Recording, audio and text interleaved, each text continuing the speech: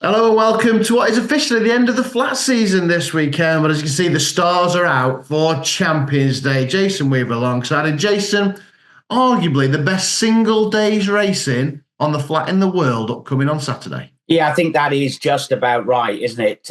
We've got the potential to see just that, the best 3-year-old this season. Can we say that? There's a possibility. He needs a career best going in there, economics, but we've got the sprinters, the stayers, Kyprios, of course, who cemented himself at the top of the pile with another Group 1 victory just the other day. Surprisingly, the Long Distance Cup still a Group 2, but with a massive amount of money on board. And look, they're the best in the division. So great for all concerned. And of course, the apprentice title going right down to the wire up at Catterick.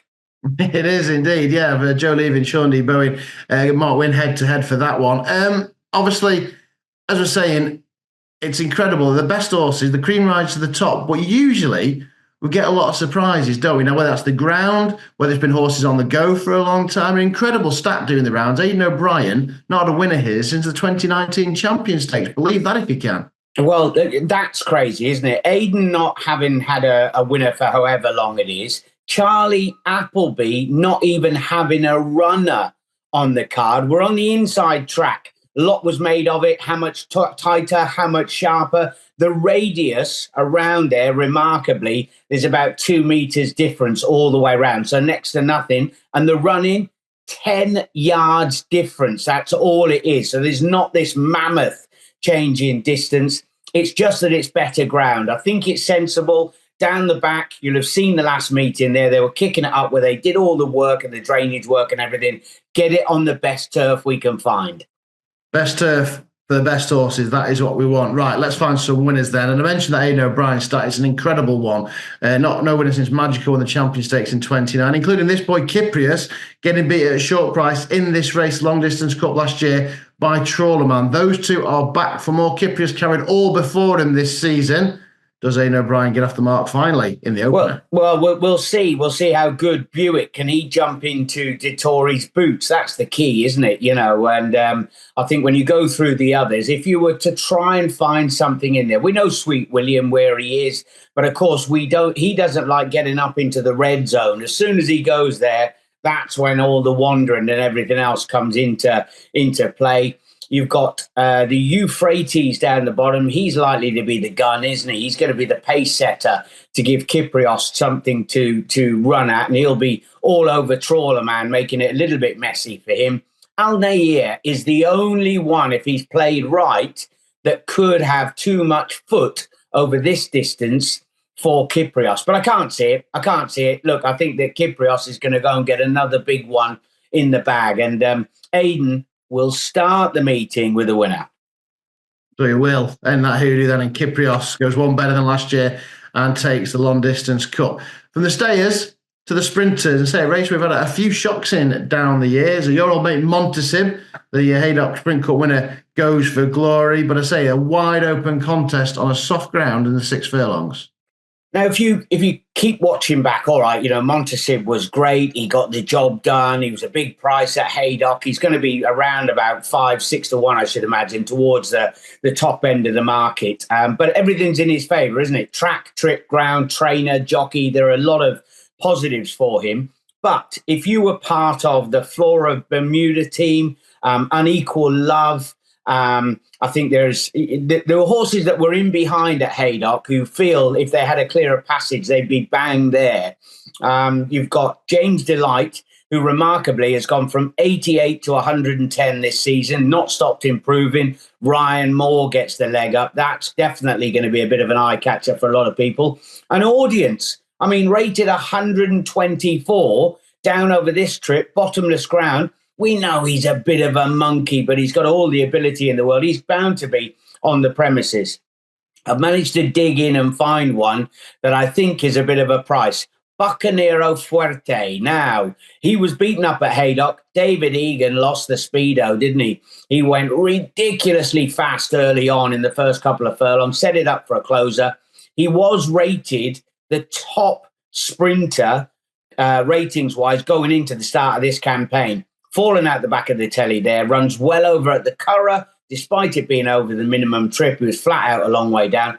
He's drawn with the pace runners, 12 and 13. He's going to get the perfect toe in. Doesn't want to be making the running. I think he's a big each-way player. Okay, big each-way player then. In the Sprint Cup, Bucanero, Fuerte. Right, the fillies and mares bid for glory at 2:35. This is over a mile and a half. And again, a wide open contest. A lot of these fillies been on the go a long time, had a long, hard season. And would we get an upset potentially? Yeah, possibly. I mean, if you go towards the top of the market, the only thing that is stopping Kalpana be the champion we expect is the soft ground, isn't it? That's an absolute unknown. She might have gone with a little bit of dig in it, but she's been super impressive. The jockeys have all been impressed with her. What sort of good thing, if only we knew, Matt, what sort of good thing was she off an opening mark of 78 at the start of the current campaign? Absolutely zipped in. Look, you got Time Lock in there, Ross O'Ryan in those famous colours yet again, Tiffany, who's improving. If there was a bit of an upset, I think that Quantanamera at the top for the Subrix team. Andreas Subrix was a brilliant German jockey and now is a very, very good trainer. Absolutely bolted in under bottomless conditions last time, beating a Rest, who's around about a 110, 112 performer. So gives you some sort of gauge as to the form, even though he's become a little bit disappointing. I think Kalpana will win. If there was a danger, Quantanamera for the German raider. But no, Kalpana, come on, soft ground. Let's see a champ. Okay, yeah, she'll be as well. And she's gone through the grades, hasn't she? Can you take the top one, the Group 1 this afternoon? Right, one of the big ones, the QE2, the third Group 1 on the card. But the champion miler could be crowned after this contest. And of course, all eyes will be on Charin, dominant at Royal Ascot, impressive in France. Then, of course, maybe beaten by the front runner Tribalist when couldn't reel him in last time out. The question is, how hard a race has he had? He's been on the go a long time. Can he go to the well once more this season? Or is there something in there to get him? Well, he's sort of the physical that can take his racing. He's an absolute powerhouse, great big bull of a horse, strong through the body, and he seems to take his racing well. I think that Sylvester's done the right thing, hasn't he? You know, he's come out and said, look, I probably just got caught out. And look, he's right at the top of the market. Checking Challenge ran well in this last year. Prague is a fascinating contender. He's the unknown quantity. I think it hasn't gone right for him the last twice, and he still managed to finish second and then won up at Newmarket, despite it being messy. If there was one at the wrong price, Dancing Gemini has had a terrible season. Dancing Gemini was right up the tail of Metropolitan at the start of the year. Metropolitan is going to be tens, somewhere like that, 6, 7, 8, 9, 10, somewhere, I don't know. But anyway, and then you got Dancing Gemini's 50. It makes no sense whatsoever. There's your angle in if you want one at a huge price. And I think Facteur Cheval, the French raider, could be the answer in here. Was second to Big Rock in this last year. Horses that he's finished behind: Big Rock, Paddington, Tribalist. All that form is there for everybody to see. And I think he like a little bit of dig in the ground. He'd be the answer, Facteur Cheval. And I will have £1 each way on Dancing Gemini. I think that just when you look at them, see one at the wrong price. Yeah, big price Dancing Gemini then. But yeah, looking forward to that Facteur Cheval, the French raider. Right, talking of France, they've got a big chance in the Champion Stakes as well. There's been a lot of money now for Caland. Again, you mentioned economics at the top of the show, though. Could we see the best 3-year-old? Will it be from England? Will it be from abroad? Could we get an upset in the Champion? Yeah, and of course, we're going to have the big chat is going to be, isn't it, regarding the geldings. Calandigan obviously doesn't have the wedding tackle. He's had the cruelest cut of all, hasn't he? But he's definitely a rapid improver so far this current campaign. Fascinating, isn't it? You know, King's Gambit, Los Angeles comes in here. King's Gambit with Oisin Murphy on board as well. Could he just be a little bit of a surprise package at a huge price? Didn't happen for him after that London Gold Cup success. But I go to, look, economics, if you listen to the way Tom Marquand has spoken about him, he said, normally when you win a Group 1, you think, oh, job done. We still think we haven't seen the best of him. He didn't get a great ride over in Ireland. I know it was a let's not get into any trouble sort of run around Leopardstown, but he was forced wide. That's normally a tough passage around there. He still went again. and it beat August Rodin. Yeah, he's at the top of the market for a reason. Let's hope we see a champion. Yeah, no, you've been a big fan of him all season. Economics are sticking with him then in the Champion Stakes. And then we've got a decent betting heat as well, because we end with the Balmoral Handicap. This will take some getting, won't it? The mile on soft ground. And all our regulars for these straight course Ascot handicaps are back. The draw may be key, though.